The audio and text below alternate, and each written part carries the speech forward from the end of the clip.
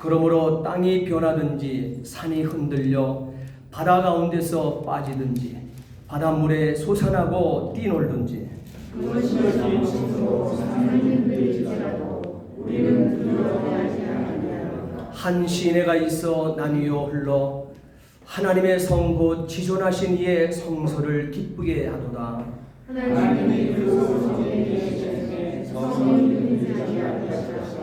세상에 하나님이 오시리로다. 그가 땅끝까지 전쟁을 시게 하시며 활과 천천히 일어나서 세례를 불사르시는도다. 이르시기를 너희는 가만히 있어 내가 하나님됨을 알지어다. 내가 온 나라 중에서 높임을 받으리라. 내가 세계 중에서 높임을 받으리라 하시도다. 만군의 여호와께서 우리와 함께 하시니 야곱의 하나님은 우리의 편하시리라. 아멘. 우리가 함께 사도신경으로 신앙 고백하시겠습니다. 전능하사 천지를 만드신 하나님 아버지를 내가 믿사오며 그 외아들 우리 주 예수 그리스도를 믿사오니 이런 성령을 응케하사 동정녀 마리아에게 나시고 본디오 빌라도에게 고난을 받으사 십자가에 못 박혀 죽으시고 장사한 지 사흘 만에 죽은 자 가운데서 다시 살아나시며 하늘에 오르사 전능하신 하나님 편에 앉아 계시다가 저리로서 산자와 죽은 자를 심판하러 오시리라.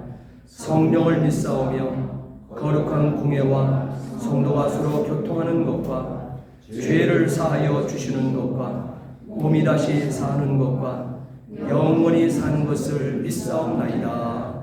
아멘. 우리 다 함께 자리에 앉으시기 바랍니다.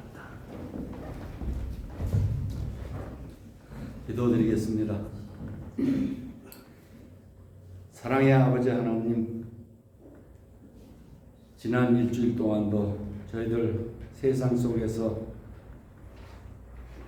주님께서 눈동자같이 지켜주시다가 이렇게 주님의 날을 맞이하여 주님 전으로 인도하여 주신 진심으로 감사드립니다. 아멘. 사랑의 주님, 연약한 우리에게 더 이상 제 길에 서지 않게 하시고 주님의 말씀의 반석 위에 서게 하시는 은혜에 감사드립니다. 우리의 연약함을 아시는 주님, 날마다 새로운 주님의 성령으로 담대하게 하시는 은혜에 다시 한번 감사드립니다. 우리의 온갖 추한 생각들을 버리게 하시고 깨끗하게 회개하는 역사가 일어나게 하여 주시옵소서. 넉넉한 마음으로 하나님과 대화에 녹아 들을 수 있는 귀한 시간이 되게 하여 주시옵소서. 항상 용서해 주시는 우리 주님, 우리의 지친 영혼을 용납하시고 우리를 주님의 넓은 품에 품어 주시옵소서. 우리가 세상에 지쳐 죄의 종으로 살아 주님의 자녀된 영광의 모습을 잃어버리고 살았음을 이 시간 고백합니다. 우리에게 늘 비추어 주시던 주님의 구원의 빛으로 나왔사오니 우리를 용서하여 주시옵소서. 우리의 어리석음을 고백합니다.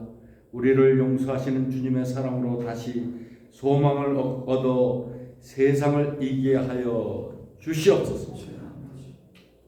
삶 속에서 우리에게 옳은 길로 인도하시는 주님의 음성에 순종함으로 승리의 길을 걷게 하여 주시옵소서. 능력의 주님, 주께서 친히 세우신 멕시코 한인교회, 마음과 뜻과 정성을 다하여 주님께 예배하는 우리 모든 성도들이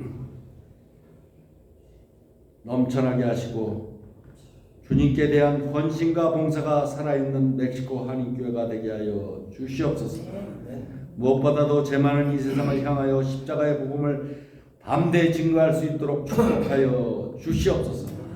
그 어떤 영혼이라도 주님의 능력으로 세워지고 변화받는 축복의 동산이 되게 하여 주시옵소서. 구제와 선교에 힘쓰는 멕시코 한인교회 주시옵소서. 사랑의 아버지 하나님, 오늘도 머리 숙여 기도하는 우리 멕시코 한인교회 모든 성도님들 가정 성령님께서 함께하여 주셔서 아버지 하나님 성도 가정들이 주님 안에 믿음이 더하여 주며 말씀으로 살아가게 하여 주시며 아버지 하나님 편안함을 얻고 행복한 가정 되게 하여 주시옵소서. 아버지 하나님 하고 있는 모든 사업들이 주 안에서 잘 되는 복을 허락하여 주시고 아버지 하나님 이 어렵고 힘든 이 민생활에서 아버지 하나님 조금도 어려움 없도록 주님께서 눈동자같이 지켜 주시옵소서. 또한 자녀들이 잘 되는 복을 허락하여 주시옵소서. 아버지 하나님 오늘 이 시간도 주님의 귀한 말씀을 듣고 단위에 서신 김원남 목사님을 기억하시고 성령의 능력으로 붙드셔서 이 자리에 참석한 모든 성도들이 주님의 음성을 듣는 귀한 시간이 되게 하여 주시옵소서. 모든 성도들에게 바른 비전을 제시하게 하시며 소망을 가지고 주님을 기대하는 마음으로 신앙생활 할 수 있는 말씀이 되도록 인도하여 주시옵소서. 송이꿀보다 단 말씀으로 우리를 채워 주시옵소서. 아버지 하나님 예배 첫 시간에 오니 마치는 시간까지 온몸과 정성을 다하여 예배드리게 하여 주시옵소서. 감사드리며 예수님 믿음 받들어 기도드리옵나이다. 아멘.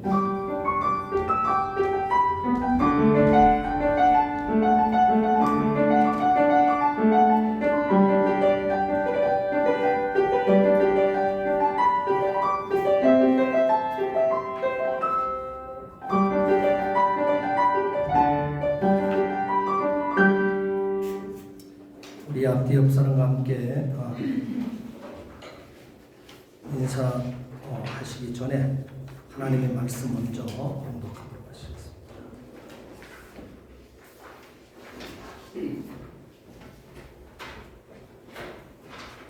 하나님의 말씀 한 주간 동안 여러분의 암송하신 거 묵상하셨을 줄 압니다. 이 암송하셨던 이 말씀 함께 이 시간에 암송하도록 하시겠습니다.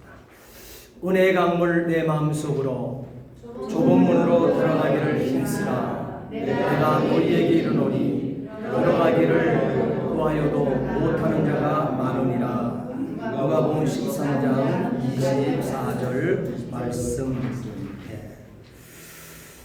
이번 한 주간 동안은 고린도후서 4장 18절 말씀입니다. 고린도후서 4장 18절 말씀 여러분 암송하시고 또한 한 주간 동안 묵상할 수 있는 귀한 시간 될 수 있게 되기를 부탁을 드립니다. 그리고 앞뒤 옆 사람과 함께 인사하시겠습니다. 주의 사랑으로 사랑합니다. 주의 사랑으로 사랑합니다. 주의 이름으로 축복합니다. 한 주간 동안도 하나님의 은혜 가운데 잘 보내셨죠? 자, 교회 소식 몇 가지 알려드리도록 하겠습니다.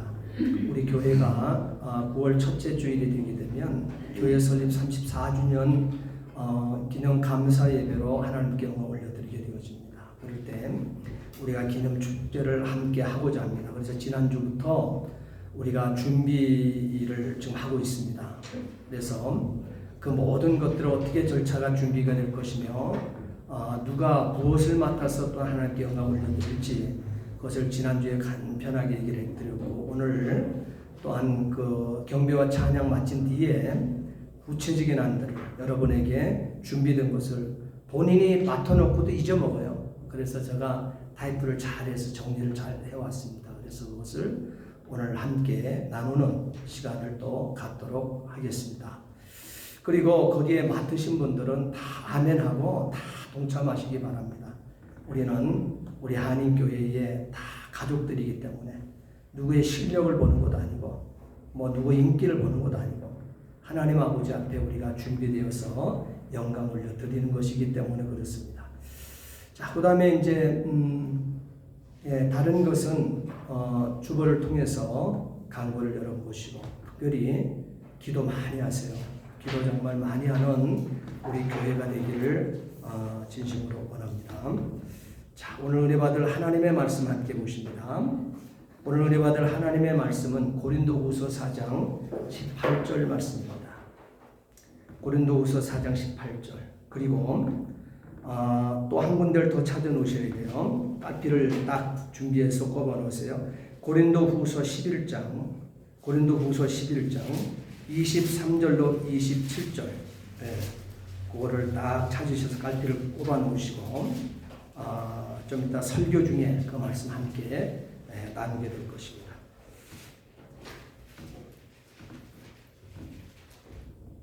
하나님의 말씀 고린도후서 4장 18절 한 절 함께 읽겠습니다. 우리가 주목하는 것은 보이는 것이 아니요 보이지 않는 것이니 잠깐이요 보이지 않는 것은 영원합니다. 다시 한번요. 이걸 마음에 딱 새기시기 바랍니다. 우리가 주목하는 것은 보이는 것이 아니요 보이지 않는 것이니 보이는 것은 잠깐이요 보이지 않는 것은 영원합니다. 아멘. 기도하시겠습니다. 전능하신 아버지 하나님, 주의 은혜와 사랑을 진심으로 감사를 드립니다. 오늘 아버지께서 우리에게 귀한 말씀을 주십니다. 하나님 아버지, 우리의 마음의 문을 다 활짝활짝 열어놓게 하시고 아멘으로 하나님의 말씀을 받아 길리요 진리요 생명 되신 예수 그리스도를 따라 온전한 하나님의 사람으로 이 땅에 살면서도 승리할 수 있도록 역사에 주옵소서. 부족한 종에게 오늘 귀한 말씀을 들려주셨습니다. 이 시간 온전한 도구요 통로요 내 곁으로 사용해 주시옵소서. 감사하며 예수 그리스도를 받들어 기도하옵나이다. 아멘. 이제 저를 다 보세요. 그 말이 이제 없어야 돼요. 저를 다 보세요. 말씀 시간에 은혜를 받지 못하게 되면 저와 여러분들은 한 주간 동안 실패합니다. 그렇기 때문에 저를 집중해서 말씀 시간에 함께 봐주시기를 바랍니다.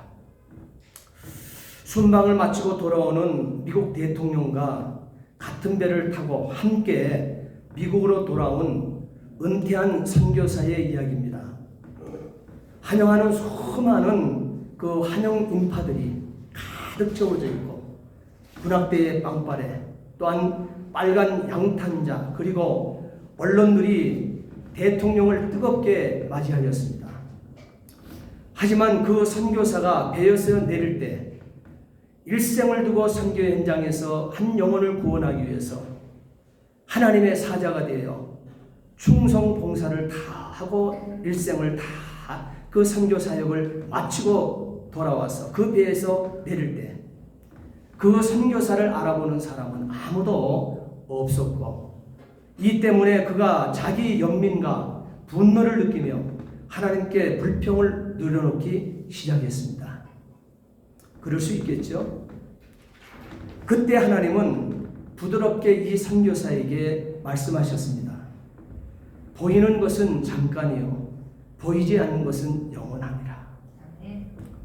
그러면서 이어서 또 하시는 말씀이 내 사랑하는 아들아 너는 아직 집에 온 것이 아니지 않니? 너는 아직 집에 돌아온 것이 아니지 않니?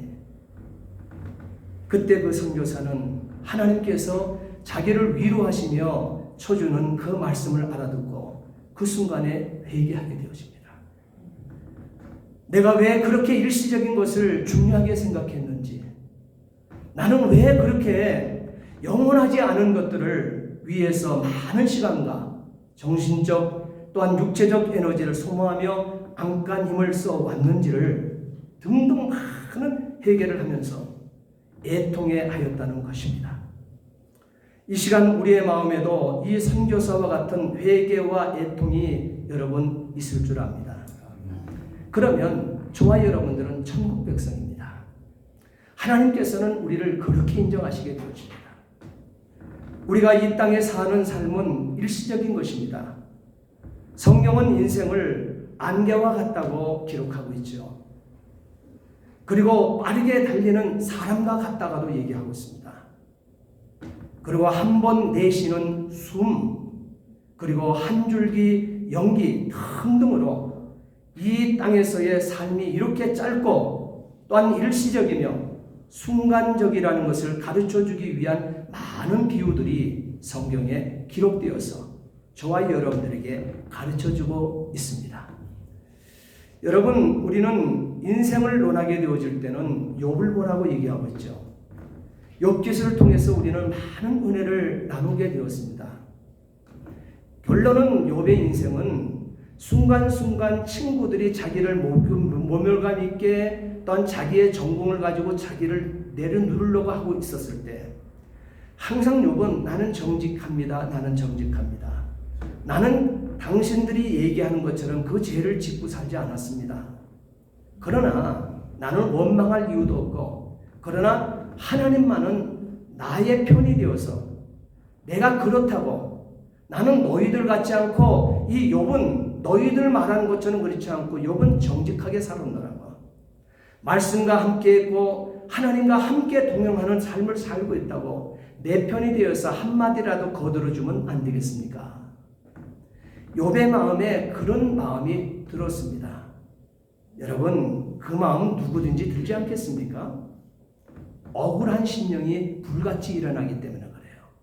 그러나 여러분 그와 같은 일들이 일어날 때 즉각적으로 반응하지 않으셔도 전능하신 하나님께서는 만물의 마지막 때에 그리스도께서 이 땅에 백보자 심판주로 왕으로 오실 때 기록된 모든 것들을 우리에게 보여주실 거예요.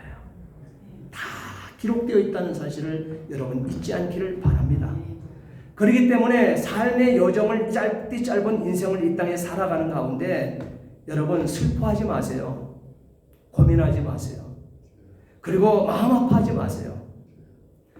욥은 인생을 고백하기를 욥기서 8장 9절에 이렇게 고백을 했습니다. 우리는 어제부터 있었을 뿐이라. 우리는 어제부터 있었을 뿐이라. 우리는 아는 것이 없으며 세상에 있는 날이 그림자만큼이나 순간적이다.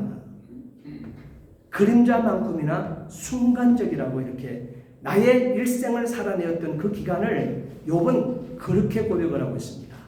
인생이 짧다는 것이죠.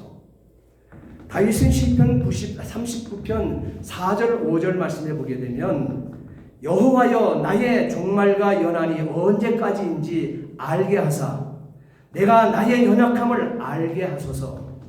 주께서 나의 날을 한 뼘 길이만큼 되게 하시며 나의 일생이 주 앞에서는 없는 것 같사오니 사람은 그가 든든히 서 있는 때에도 진실로 모두가 허사뿐이니이다 그랬습니다. 내가 이 땅에서 보낼 시간이 얼마나 짧은지 기억하게 하시옵시고 내가 이 땅에 사는 동안 잠시 동안 이곳에 있는 것임을 연약한 자로 있는 것임을 하나님 깨닫게 해 주시옵소서. 이렇게 다윗은 기도했습니다. 그것이 시편 39편 4절과 5절에 있는 말씀이 되어지는 것입니다. 성령은 반복해서 이 세상에서의 삶을 피서 가서 잠시 천막치고 사는 것과 비슷하다고 말을 하고 있습니다. 여러분 우리가 이 땅에 지구라고 하는 땅덩이에 우리가 살고 있어요. 100년 혹은 더 길게 하면 120년까지 맥시멈 살아낼 수 있는 것이죠. 그러나 이렇게 살아도 긴 거라고 생각하지 말라는 거예요. 잠시 우리가 피서 가서 잠시 천막 쳐놓고 지내다가 걷어서 내 집으로 가야 될 곳이 있다는 거예요. 내 집이 있다는 거예요. 우리가 살고 있는 이 땅이 내 집이 아니라는 거예요. 영원히 거할 곳이 아니라는 거예요. 그래서 우리에게 그와 같은 것이 인생이라고 얘기를 하고 있습니다. 그렇기 때문에 우리가 사는 이곳은 우리의 영원한 집, 최종적인 목적지가 아니고 잠시 잠깐 지구에 머물다가 지나가고 있는 것이라는 사실을 잊지 말자고 얘기하고 있습니다. 그래서 성경은 순례자라고 표현하고 있습니다. 그리고 우리를 외국인이라고 표현하고 있습니다. 그리고 방문자라고 얘기하고 있고 손님, 여행자라고 하는 어휘를 사용해서까지 세상에서의 짧은 시간을 표현하고 있습니다. 얼마나 이 땅에 살아가는 이 인생이 짧은 인생이었으면 하나님께서 그렇게 말씀을 하고 있을까요? 그런데 우리 인생은 몰라요. 이 땅에 연세가 벌써 80, 90 되고 100세가 돼도요, 내 죽을 시간을 생각을 안 해요. 난 죽는다고 생각을 못하고 산다는 거예요. 말로는 이만큼 너무 많이 살았어. 빨리 갔으면 좋겠어. 얘기를 하지만은 여러분 실질적으로는 자기의 죽음을 인식하지 못하고 산다는 것이에요. 그리고 영원히 그냥 이 땅에 거할 것만 같은 그와 같은 어리석음 속에 파묻히는 것이 인생이라는 것입니다. 그렇기 때문에 하나님께서는 인생을 이렇게 짧다고 하는 이 영어를 여러 가지 단어를 사용해서 우리에게 인식시키고 있다고 하는 사실입니다. 다윗은 이 사실을 알기에 시편 119편 19절 말씀해 보게 되면 나는 땅에서 객이 되어 싸우니 이렇게 얘기하고 있습니다. 여러분 그렇게 하며 인생을 사는 거예요. 그래야 실수하지 않고 그래야 최선을 경주하고 살게 되어지는 것입니다. 세월을 낭비하지 않은 인생을 살게 되어지는 거예요. 베드로는 베드로전서 1장 17절 말씀해 보게 되면 외모로 보지 않고 각 사람의 행위대로 판단하시는 자를 너희가 아버지라 부른즉 너희가 나그네로 있을 때를 두려움으로 지내라. 할렐루야. 저와 여러분들이 이 땅에 100년이라는 짧은 인생을 사는데 나그네로 있을 때, 이 100년이라는 이 나그네로 있을 때 두려움으로 지내라는 거예요. 두려움으로. 왜 그러냐? 사람은 저와 여러분, 하나님은 저와 여러분들을 외모로 보지 않으신다고 얘기하고 있어요. 세상의 사람들의 인생은 외모로 사람을 판단하려고 합니다. 그러나 외모로 보시지 아니하시는 하나님께서는 각 사람의 저와 여러분들이 이 땅의 지구상에 발을 딛고 살아가는 가운데 우리의 행위 무슨 일을 하면서 했는지 그 행위대로 판단하시는 하나님이라고 얘기하고 있어요. 그렇기 때문에 나그네로 있을 때 두려움으로 지내라고 베드로는 고백하고 있는 것입니다. 바로 이것은 우리의 정체성은 영생에 있다는 사실을 강하게 심어주는 메시지예요. 그리고 우리의 모국은 천국이라는 사실을 인식시키고 있는 말씀이 되어지는 것입니다. 빌립보서 3장 19절과 20절 말씀해 보게 되면 불신자들은 항상 이 땅의 것만 생각하고 살고 있지만 우리는 주 예수 그리스도가 사시는 하늘의 시민임을 기억하라. 이렇게 기록하고 있습니다. 그러니 여러분 인생을 살아가는 가운데 속상해하면서 살 필요가 없어요. 양 어깨에 힘이 빠져가지고 말이에요. 땅이 꺼지도록 한숨 쉬면서 인생 살 필요가 없어요. 그 어떤 인생들 앞에서도 주눅들 필요도 없고요. 여러분 부모도 당당하게 뚜벅뚜벅 그리스도를 목표 삼고 바라보고 여러분 힘든 이 세상 그러나 나의 힘이 되시고 나의 도움이 되시는 주인이 계시잖아요. 그 주인이 나의 등 뒤에서 나를 붙들고 밀어주시고 올려주시고 세워주시는 것을 여러분 잊지 않고 걸어낼 수 있게 되기를 축원합니다. 왜 우리는 하늘의 시민임을 잊지 마셔야 된다는 사실이에요. 바로 이 사실을 깨닫게 될 때 우리는 이 세상의 모든 것에 대한 소유와 집착을 버릴 수가 있게 되어지는 거예요. 하나님은 우리가 이곳에서의 삶 또한 세상의 기준이 되고 또한 세상의 일이 바로 우선순위인 삶의 방식이 얼마나 위험한지에 대해서 매우 단호하게 말씀하십니다. 우리가 아직까지 세상의 가치관과 유혹에 빠져 사는 이것을 영적인 간음이라고까지 하나님께서는 우리에게 말하고 있어요. 세상에 푹 빠져 있고 세상과 짝하고 있고 세상에 주눅들면서 힘 하나 주지 못하고 그냥 비리비리 살아가는 인생을 가리켜서 영적인 간음자라고 하나님께서는 지칭하고 있다는 사실이에요. 하나님께서는 말씀하십니다. 야고보서 4장 4절 말씀에 간음하는 여자들이요 성도를 얘기하는 거예요. 이 땅에 우리 인생을 얘기하는 거예요. 간음하는 여인들이요 세상과 벗된 것이 하나님의 원수임을 알지 못하느냐 그랬어요. 세상과 여러분 친구가 되어 가까이 세상을 친구 삼아 너무 세상에 여러분 인 빠져서 살고 세상과 가까이 지내게 되어지게 되는 사람들은요 하나님과 원수임을 알지 못하느냐 이렇게 얘기하고 있어요. 하나님은 원수로 알겠답니다. 그런즉 누구든지 세상과 벗이 되고자 하는 자는 스스로 하나님과 원수되게 하는 것이라.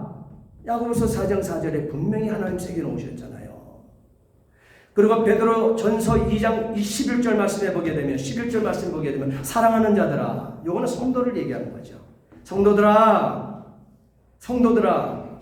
나그네와 행인 같은 너희를 권하노니 영혼을 거스려 싸우는 육체의 정욕을 제하라 그랬어요. 영혼을 거스려 싸우는 육체의 정욕을 제하라. 육체가 원하는 대로, 육체가 즐겁다는 대로 여러분 따라가는 인생 안 된다는 거예요. 그건 정욕을 위한 거라는 거예요. 그것은 바로 영을 거스르는 일이 되어진다는 거예요. 영을 거스르면 하나님과 원수된다는 말이거든. 그래서 야고보서 4장 4절은 하나님과 그래서 원수라고까지 얘기하고 있는 거예요. 더 나아가 하나님은 우리 주위의 것들이 일시적인 것이기 때문에 그것에 너무 마음을 주지 말라고 경고하시는 말씀입니다. 고린도전서 7장 31절 말씀해 보게 되면 세상 물건을 쓰는 사람들은 그것들의 마음이 빼앗기지 않는 사람처럼 하라 이렇게 얘기하고 있어요. 세상 물건 안 쓰는 사람이 어디 있어요? 는 세상 물건을 쓰는 저와 여러분들 아닙니까? 그러니까 세상 물건을 쓰는 저와 여러분들은 그 세상 물건 그것들에 마음이 빼앗기지 않는 사람처럼 하라고 하나님 말씀하십니다. 바로 그것은 이 세상의 현재 모습이 지나가고 있기 때문이라고 얘기하고 있어요. 다 지나가는 거예요. 다 세월이 지나가게 되면 아무것도 아니라는 거예요. 여러분, 세월이 지나다 보니까 우리가 가구를 사든지 무슨 물품을 사든지 귀하다고 생각하고 그것을 정말 돈을 아껴가지고 바리바리 해갖고 사갖고 그걸 해갖고 우리가 그냥 이 거실에다가 타고 안방에다가 치장하고 탁 했는데 조금 지나게 되니까요. 그거 다 어디가 있어요? 그라지가 있던데요. 저희 집도 그라지에 물건이 막 쌓이는 거예요. 그래서 어느 날이 되어지게 되면 동네가 그라지 세일을 하는 날이 있어요. 그러면은 차고의 문을 딱 열어놓고 거기다가 안 쓰는 그라지 안에 꽉 차있던 안 쓰던 물건들을 거기서 다 팔아버리는 거예요. 판다고 해갖고 목돈을 챙기려는 게 아니고 우리가 수천 불씩 가지고 샀던 물품들도 한 5불, 10불 이렇게 해가지고 필요한 사람에게 다 함께 나누는 거예요. 저는 자전거도 몇 대는 나눠줬어요. 공짜로는 안 줘요. 그 대신 한 5불, 3불 이렇게. 왜? 그라지에 쌓이는 것들은요 다 지나가는 거예요. 다 시절이 지났기 때문에, 다 유행이 지났기 때문에 다음에 쓰겠다고 살 때 그 가게를 생각하며 또 쓸 것 같아서 그라지에 차곡차곡 창고에 가득 있지만 여러분 그거 다 비워내세요. 다 비워내세요. 우리 다음 달에 한번 그라지 세일 할까요?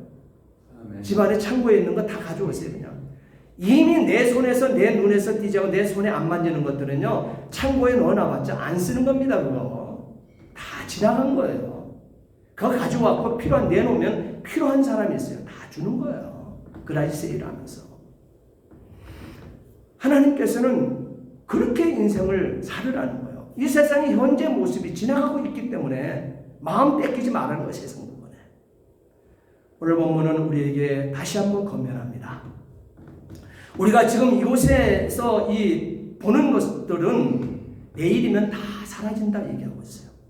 하지만 우리가 지금 보지 못하는 것들은 영원할 것이라고 얘기합니다. 영원할 것이라.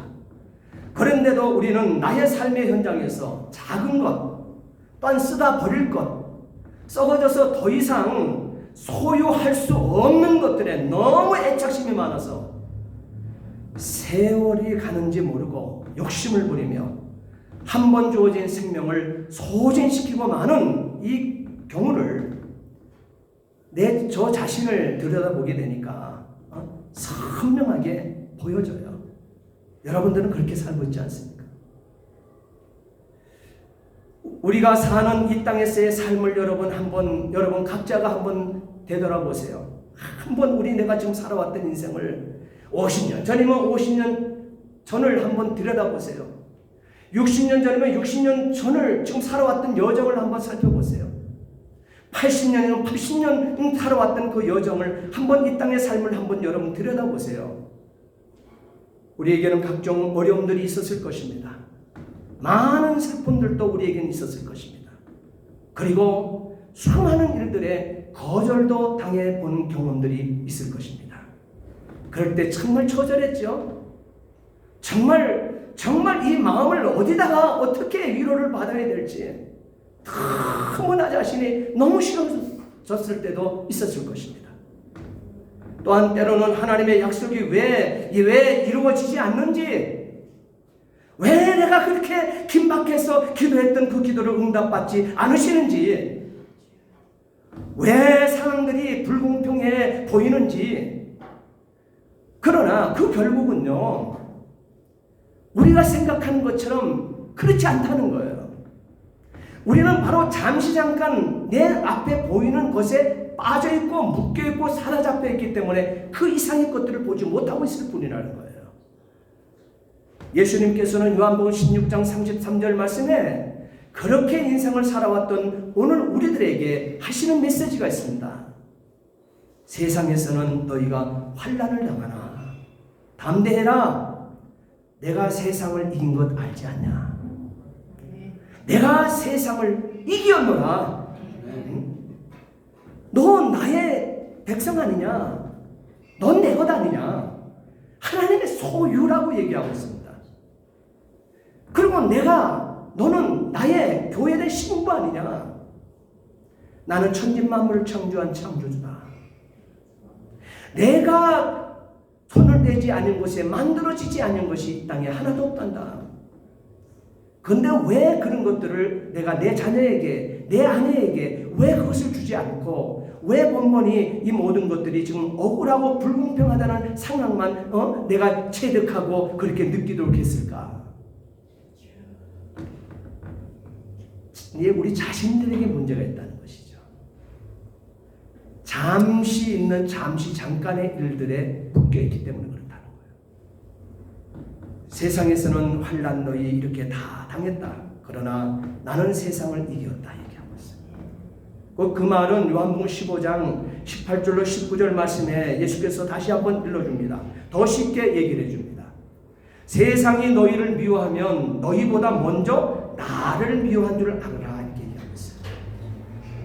너희가 세상에 속하였으면 세상이 자기 것을 사랑할 것이나 너희는 세상에 속한 자가 아니요 도리어 너희를 세상에서 택하였기 때문에 세상이 너희를 미워하느니라 그랬어요.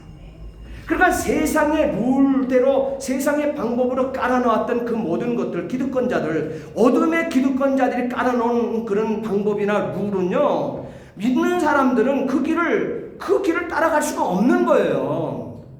그러니 얻을 수가 없는 거예요. 그러니 속상한 일들과 불공평하다는 상황만 우리는 생각이 날 뿐이에요. 그렇다고 우리는 그 모든 것들 세상 그들이 불의한 자들이 어둠이 깔아놓은 그 룰을 여러분 취하기 위해서 잠시 잠깐의 그 삶을 위해서 여러분 그것을 취하려고 따라가겠습니까? 그러다 보게 되니까 아픔이 있다는 거예요. 그러다 보게 되니까 우리에게는 속상함이 많이 있었다는 거예요. 그러나 그것이 끝이 아니라고 하는 것을 우리에게 얘기하고 있습니다. 이 세상이 삶의 끝이 아니라고 말하고 있습니다. 그래서 우리에게 지금 예수께서 말씀하시는 것은 세상을 너무 그리기 때문에 사랑할 이유가 없다고 얘기하고 있어요. 사랑하지 않게 하기 위해서. 왜 그러냐? 우리가 세상을 사랑하게 되어지게 되면요, 자꾸만 그렇게 불의한 이 룰을 가지고 깔아놓은 이 세상의 일들에 필요한 대로 여러분 간구한다고 하나님께서 축축축축 다 들어주고 여러분 손에 촉촉촉촉 올려져 버리게 되면 결론은 세상을 너무너무 사랑하게끔 되어 있다는 거예요. 우리 인생에. 그러니까 세상을 너무너무 사랑하기 때문에 세상에서 척퍼덕 앉아가지고요, 이것이 여기 가지고 싸우니 여기가 천국이라고 생각한다는 거예요. 그래서 일어나지 못한다는 거예요. 눈이 감겨져 버린다는 거예요. 그러므로 하나님은 삶에서 상당한 정도의 불만 요소를 갖게 하신다는 사실을 잊지 않게 되기를 부탁을 드립니다. 이 세상에서 채워질 수 없는 갈망을 느끼게 하는 것이 그 이유라는 거예요.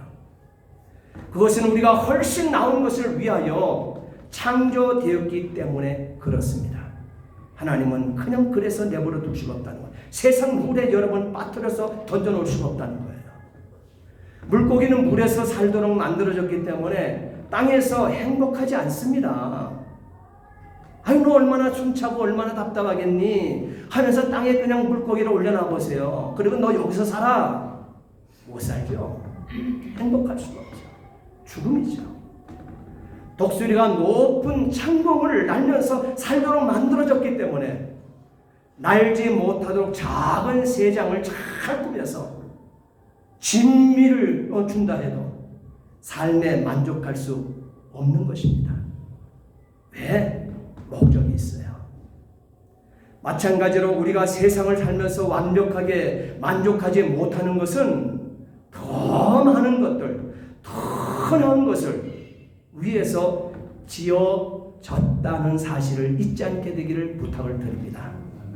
물론 이 땅에서도 행복한 순간들이 있을 것입니다. 이 모두는 하나님 나라의 그림자에 불과하고 하나님이 우리를 위해 계획해 놓으신 것들에 비하면 아무것도 아니기 때문에 그렇습니다.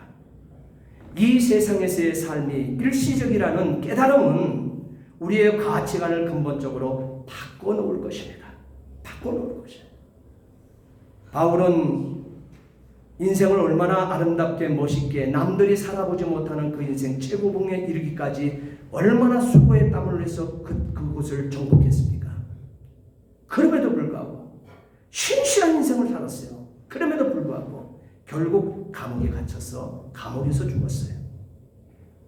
세례요한 역시 신실했지만 처형당했습니다. 남을 해코지한 적도 없습니다. 세상이 기준하는 것처럼 남을 못되게 한 것도 없습니다. 남을 무너뜨리려고 한 인생을 살아본 적도 없습니다. 남을 세워주고 남을 더 낫게 해주고 남의 잘 복을 받아서 누리면서 자손만대도록 살 수 있도록 그들에게 복음을 전도해 줬을 뿐입니다. 그 신실하게 살았지만 그들에게 처형을 당했습니다.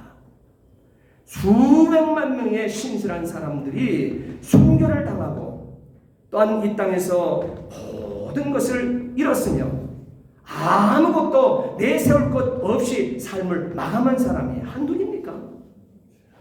그렇지만 이 땅에서의 삶의 끝은 진정한 끝이 아님을 믿으시기 바랍니다. 자, 우리 하나님의 말씀 봅니다. 고린도후서 5장을 한번 보세요. 오늘 본문 바로 밑이에요. 5장 1절을 한번 읽겠습니다. 5장 1절, 고린도후서 5장 1절 읽겠습니다.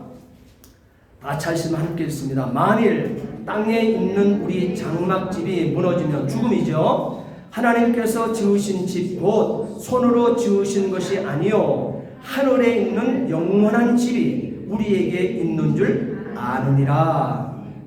분명히 이 사실을 여러분 믿습니까? 그렇다면 우리는 몸으로 있든지 몸을 떠나 있든지 다시 말하면 우리가 살았든지 죽었든지 말이에요. 주님을 하나님을 기쁘시게 하는 자가 되기를 힘쓰게 될 것입니다. 여러분. 그 이유는요. 10절 함께 읽겠습니다. 5장 10절. 5장 10절 함께 읽습니다. 이는 우리가 다 반드시 그리스도의 심판대 앞에 나타나게 되어 각각 선악간에 그 몸으로 행한 것을 따라 받으려 함이라. 여러분, 우리 인생이 살다가 이 땅 지구에서 100년, 120년 살다가 그냥 끝나는 거 아니에요. 히브리서 9장 27절에도 분명히 했지만 죽는 것은 사람이 정한 거지만 반드시 심판이 있어요. 우리가 이 땅에 숨쉬고 살았던 그 삶 속에서 내가 행하고 살았던 것, 행한 것에 따라서 심판을 반드시 결산이 되어진다는 사실을 말씀하고 있어요. 그래서 지금까지 인생을 어떻게 살아왔던 여러분, 그거는 회개하고 돌이키고 새롭게 사세요. 다시 하나님의 말씀을 붙들고 다시 출발을 하세요. 세상 즐겁게 살지 마세요. 여러분의 육신이 세상의 편한 대로 끌려다니지 마세요. 육신이 편한 대로 가게 되어지게 되면 정작 가는 것은 뻔한 거예요. 원하든 원치 않든 간에 끝나는 거예요. 아무리 여러분이 임종하신 다음에 임종 예배 때 갖고 그냥 목사님이 정말 천국 갔을 거예요. 가긴 뭘 가요, 가기는. 목사가 장례 예배 드릴 때 너무 정말 힘들게 만들지 마세요, 신앙생활을. 어차피 목사가 그 장례식에 가서 그 천국 한송 예배를 드릴 텐데, 정말 천국 한송 예배가 될 수 있도록 여러분 이 땅에 우리의 행함의 모든 삶을 바꿔 살 수 있게 되기를 축원합니다. 아멘. 바꿔 살아야 돼요. 아멘. 목사 예배 시간에 곤란하게 만들지 마세요. 우리 세상에 여러분 행한 대로 우리는 반드시 심판받습니다. 하나님의 약속을 믿고 신실하게 살아낸 자들은 이 땅에서의 삶을 일시적인 것으로 여기고 영생에서 약속된 상급을 기다리며 성경을 펴들고 믿음으로 살아낸 사람들로서 한결같이 그렇게 살아낸 사람들이 그 입의 고백을 보게 되면 히브리서 11장 3절 말씀처럼 우리가 보고 있는 것이 나타난 것으로 말미암아 된 것이 아니니라. 바로 이 말씀을 믿고 순전한 마음으로 역사의 현장에서 살아냈던 것을 봅니다. 그래서 이방인의 사도로 살았던 바울의 일생의 삶이 우리를 부끄럽게 할 것입니다. 히브리인이라, 여기서 보세요. 바울은 뭐라고 얘기인 줄 알아요? 자기 동족 한 피바다 한 형제 자매 되었다고는 선민이라고는 자기 민족을 향해서 사도 바울은 이렇게 통탄히 합니다. 히브리인이라 하는 자들, 이스라엘 사람이라 하는 자들, 아브라함의 자손이라 하는 자들, 이런 사람들은 거짓 사도들이며 속이는 일꾼들이며 그리스도의 사도인 것처럼 가장하는 자들로서 사탄의 일꾼들이 의의 일꾼으로 가장한 것에 불과하다고 바울은 폭로하면서 외치기를 따라합시다. 그들이 그리스도의 일꾼입니까? 그들이 그리스도의 일꾼입니까? 정확하게 배경하세요. 그 본문을 배경한 본문을 여러분이 익히시기 바랍니다. 그리고 우리는 그 소리 듣지 않게 되기를 진심으로 부탁을 드립니다. 자, 아까 찾아놓으란 성경이 있죠. 고린도후서 11장 23절로 27절까지는 말씀 다 프로젝트에 있습니다. 함께 우리 말씀을 천천히 보면서 바울은 자기 동족 선민을 향해서 그렇게 얘기했던 거예요. 히브리인이라 하는 자들, 이스라엘 사람이라 하는 자들, 아브라함의 자손이라고 하는 자들, 너희들 거짓 사도 속이는 일꾼들 아니냐, 그리고 사탄의 일꾼 아니냐, 그러면서 가장하여 의의 일꾼인 것처럼 하나님이 일들 한 다음에 이리 뛰고 저리 뛴 자들 아니냐. 나는 너를 세상 앞에 폭로한다. 하나님 앞에 분명히 폭로한다. 아시는 하나님이지만 그들은 그리스도의 일꾼입니까? 물으면서 자기 자신에 대해서 외람되지만 선포합니다. 23절부터 함께 보십니다.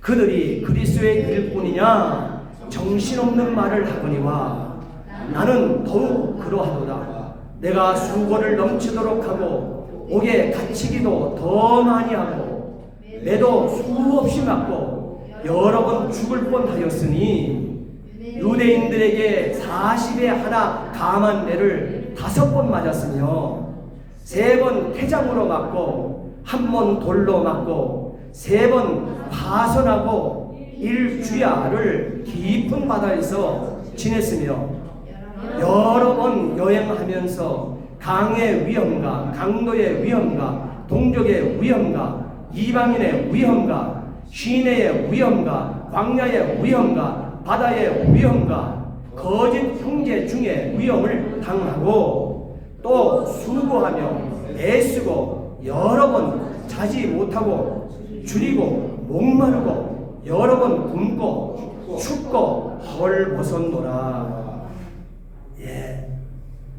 곧 사도 바울은 자기 자신의 살아낸 인생을 정말 잠시 잠깐 보는 앞에 이 세상을 본 것이 아니라 눈에 보이지 않는 영원한 세계가 마음새 눈에 보일 뿐만 아니라 마음판에 새겨졌기 때문에 이 사도 바울은요 삼층천을 갔다 왔다 그랬어요. 요한계시록 기록하고 요한복음을 기록하고 요한 1, 2, 3서를 기록한 사도 요한도 삼층천을 갔다 왔다 그랬어요. 천국을 갔다 왔기 때문에 그 본눈에 보이지 않는 그 세계를 보게 되어지니 내가 세상과 맞바꿀 수가 없다는 거예요. 바울만큼 여러분 오늘 이 지구의 역사가 이렇게 수천 년이 지났지만 그 속에 바울만큼 배울 사람이 그 자리 그 정도 배우고 그 정도 학식과 그 정도 권위와 그 정도 부와 그 정도를 갖출 만한 사람이 어디 있겠습니까? 사실은 몇 퍼센트가 그렇게 되어질까요? 그렇게 살았던 바울 자신도 오늘 고린도후서 11장 23절 27절까지의 삶을 자기는 넉넉히 살아냈다는 거예요. 그 이유가 눈에 보이지 않는 영원한 것 때문에. 그래서 나는 그 사람들보다도 더 뛰어난 일꾼이었다. 나는 더 많이 수고하였다. 감옥에도 더 많이 갇혔고 셀 수 없을 정도로 매를 맞았고 죽을 고비도 여러 번 넘겼다. 또 내 동족 유대인들에게 39대 맞는 태형을 5번이나 당했다. 몽둥이로 3차례 맞고 돌에 맞아 죽을 뻔한 적도 한 번 있었고 배가 난파된 전도하기 위해서 배를 타고 이방인의 땅으로 가는데요. 가는데 그 난파된 적도 3번이 있었고 밤낮을 망망대해에 표류한 적도 있었다. 유라굴라를 만나가지고요. 그리고 자주 전도 여행을 하는 동안 강의 위험도 있었고 육지에 와서도 마찬가지라는 거예요. 강도들의 위험 오는 그 위험들, 내 동족들에게 같은 유대인 선민이지만 선민들에게 받는 그 위험들, 이방인들을 통해서 받는 그 위험, 도시에서 당하는 위험, 황량 강야에서 당하는 위험, 바다의 위험들 또는 거짓 선지자들에 의해서부터 오는 위험을 겪었다 이렇게 얘기하고 있어요. 나는 이 땅에서 사는 동안 수고하며 애쓰며 살았다 이렇게 얘기합니다. 저와 여러분들 예수 그리스도 앞에 저와 여러분들도 바울의 외침처럼 나는 이 땅에 사는 동안 수고하고 애쓰며 살았다. 그 고백할 수 있기를 축원합니다. 그렇게 살아내자고요. 그러면서 바울은 잠 못 들어 밤을 지낸 적이 여러 번이었고 배고프고 목마르고 굶기도 자주 하고 추위에 떨고 헐벗음에 고통도 많이 받았다. 다른 것들은 다 접어두고라도 성경이 그렇게 기록하고 있어요. 다른 것은 지금까지 나열했던 그 모든 것들을 다 접어두고라도 나는 날마다 모든 교회들에 대한 염려들 때문에 마음의 짓누름을 당하며 살았다 얘기하고 있어요. 자신이 복음을 증거하고 자신이 개척해놓고 자신이 복음을 전해서 그들이 그리스도인이 된 그 교인들, 그 교인들에 대한 염려 때문에 마음의 눌림을 일생 동안 눌림 속에 살았다고 얘기하고 있어요. 그리고 눕과 약해져서 사탄의 미혹과 사탄의 유혹에 걸려 넘어지면 내 마음이 새카맣게 타들어갔다고 고백하고 있지 않습니까? 성경이 이렇게 기록하고 있어요. 내 마음이 새카맣게 타 들어갔다고 기록하고 있어요. 목회를 여러분들은 그냥 목사의 설교를 듣고 그냥 지나칠 줄 모르고 아유 목사 설교 어려워 안 들려 할 줄 모르겠지만 여러분을 향한 말씀을 들고 강단에 설 때는 적어도 목회자들은 여러분의 영혼을 새카맣게 타들어가는 그 심정을 가지고 사탄의 미혹과 한 주간 동안의 유혹색에 빠져서 허덕거렸던 여러분을 보게 되어질 때 그래도 거기에 쓰린 가슴에 상처에 항구에 고향이라도 발라야 되겠다는 심정으로 그리고 고칠 수만 있다 하게 되면 고쳐져서 새 사람으로 거듭나기를 원하는 애타는 마음을 가지고 강단의 메시지가 선포되는 거예요.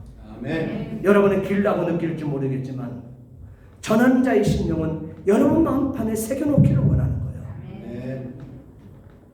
구약에 가도 똑같습니다. 출애굽기 구약에 모세 어떻게 살았습니까? 그는 어땠습니까? 모세는 믿음으로 성장한 뒤 이집트의 왕 바로의 딸의 아들이라고 불리는 것을 거절하는 믿음을 보여주었습니다. 세상 사람 같으면 바로의 딸의 아들 된다. 차기 왕입니다. 왜? 그 당시에 바로에게는 아들이 없었어요. 적자의 피가 없었어요. 후손이 없었어요. 딸이 유일합니다. 근데 딸의 아들 모세가 되어진 거예요. 그러면 그 당시에 당대 1등 국가였던 에집트의 왕이 될 수준입니다. 그런데요, 복음을 유모로 자기가 바로의 궁정 안에 들어와서 젖을 먹여줬던 엄마가 유모 아닙니까? 유모가 엄마 아닙니까? 그 속에서 선민교육을 배운 거예요. 눈에 보이지 않냐는 그 영원한 삶을 그에게 심어주고 그에게 사명을 꼽아준 거예요. 그렇기 때문에 모세는요, 성장한 뒤에 이집트의 왕 바로의 딸의 아들이라 불리는 것을 거절하는 믿음을 보였다는 사실, 대단한 거예요. 모세는 잠시 동안 제2의 즐거움을 누리기보다는 하나님의 백성과 함께 고난당하는 것을 택하였다고 말씀하고 있습니다. 모세는 이집트의 온갖 보물을 가지는 것보다는 그리스도를 위해서 고난받는 것이 더 낫다고 고백한 것입니다. 모세는 오직 하나님의 주실 상만을 바라보았습니다. 믿음으로 모세는 드디어 이집트를 떠나면서 왕의 분노를 두려워하지 않았으며, 모세는 보이지 않는 하나님을 마치 보인 듯이 바라보며 꿋꿋이 참고 약속의 땅을 향하여 쉼없이 전진 또 전진하였던 것입니다. 무엇이 이 믿음의 선진들을 이렇게 당당하고 담대하게 역사의 현장을 걸어내게 했을까요? 오늘 본문 때문에 그렇습니다.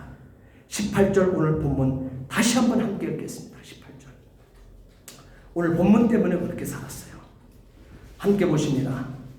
우리가 주목하는 것은 보이는 것이 아니요 보이지 아니하는 것이니, 보이는 것은 잠깐이요 보이지 않는 것은 영원하미로다.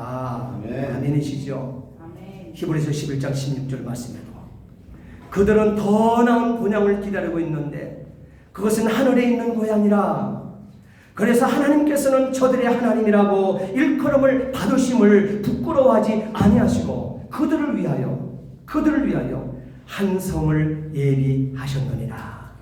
새 예루살렘 말입니다. 지금도 내려오고 있는 새 예루살렘 말입니다.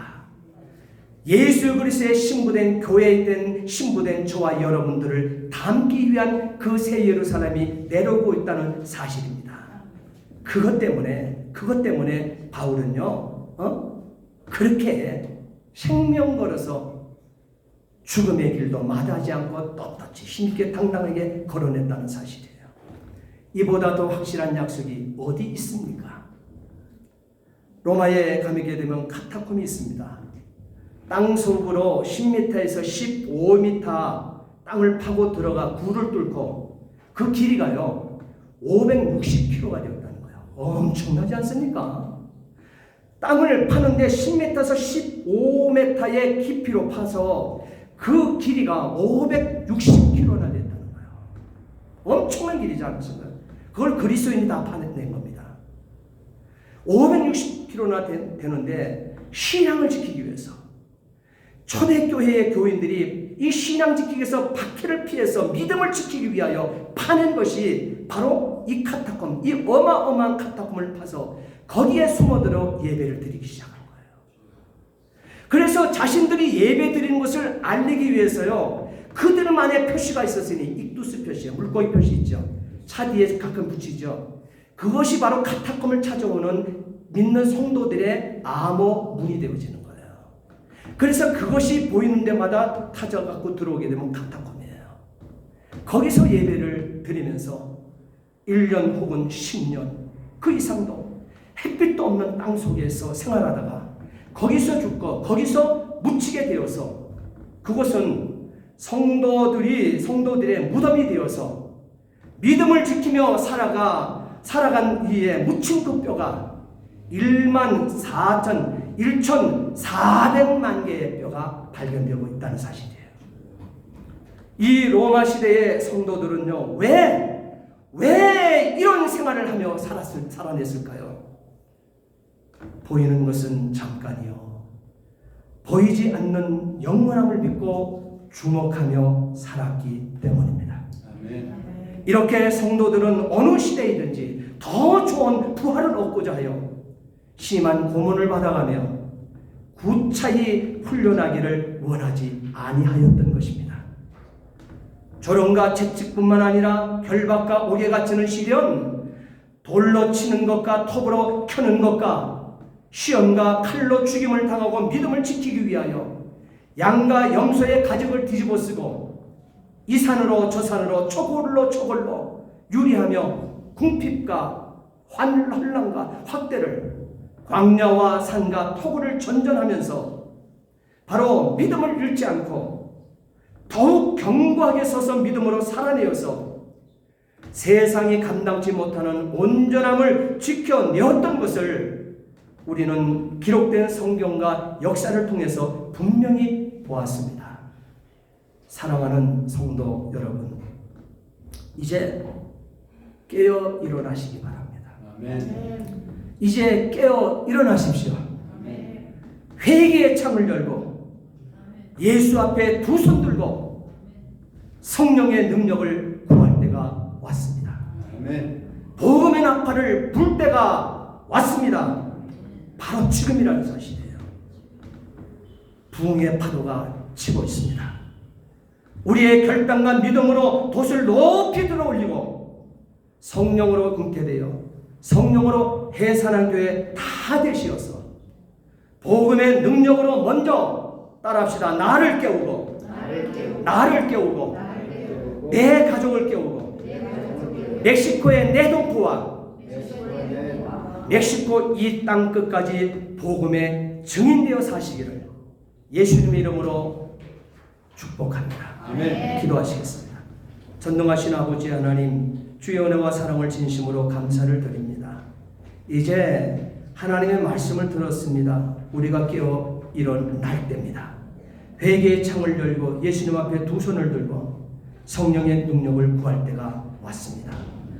복음의 나팔을 불 때가 지금인 것을 만나게 해 주옵소서. 아멘. 마음의 결단과 믿음으로 돛을 높이 쳐들고 성령으로 잉태되어 성령으로 해산한 교회 다 되어 복음의 능력으로 나를 깨우고 내 가족 깨우고 멕시코의 내 동포를 깨워 살려 일으킬 수 있도록 도와 주시옵소서. 아멘. 그리고 멕시코 이 땅의 우상을 제하는 놀라운 일들을 하루속히 더 앞당겨낼 수 있도록 도와 주시옵소서. 아멘. 감사하며 예수 그리스도를 받들어 기도하옵나이다.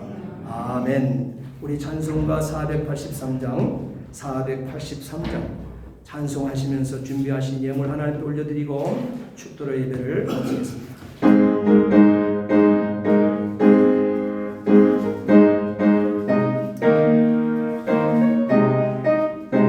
그 소절 맞춰주세요. 구름받은 이 세상 우리 영원 나는 문도와 같이 외워버리고서 우리 천국의 법을 상하며 사니 구원받은 내 이름 기억하옵소서. 주가 나의 이름 보좌 앞에 놓인 어린 양 생명책에 기록하옵소서. 주여 법의 피로써 모두 죄 씻으사 나의 부정한 벗을 모두 씻어 있는 보다 더 위게 죄를 씻었으니 구원받은 내 이름 기억하옵소서. 주가 나의 이름 보좌 앞에 놓인 어린 양 생명책에 기록하옵소서. 함께 기립하십니다. 죄가 하나도 없고 아무 병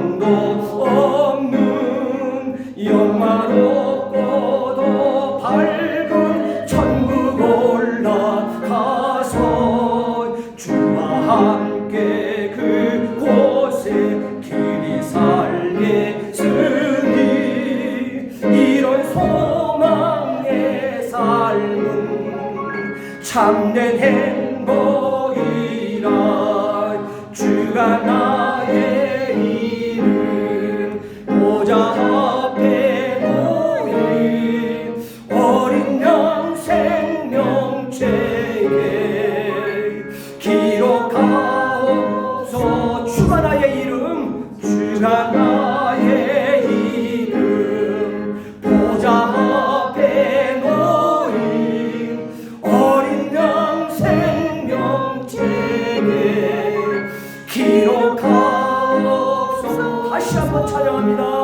주가 나의 이름 보좌 앞에 놓인 어린 양 생명책에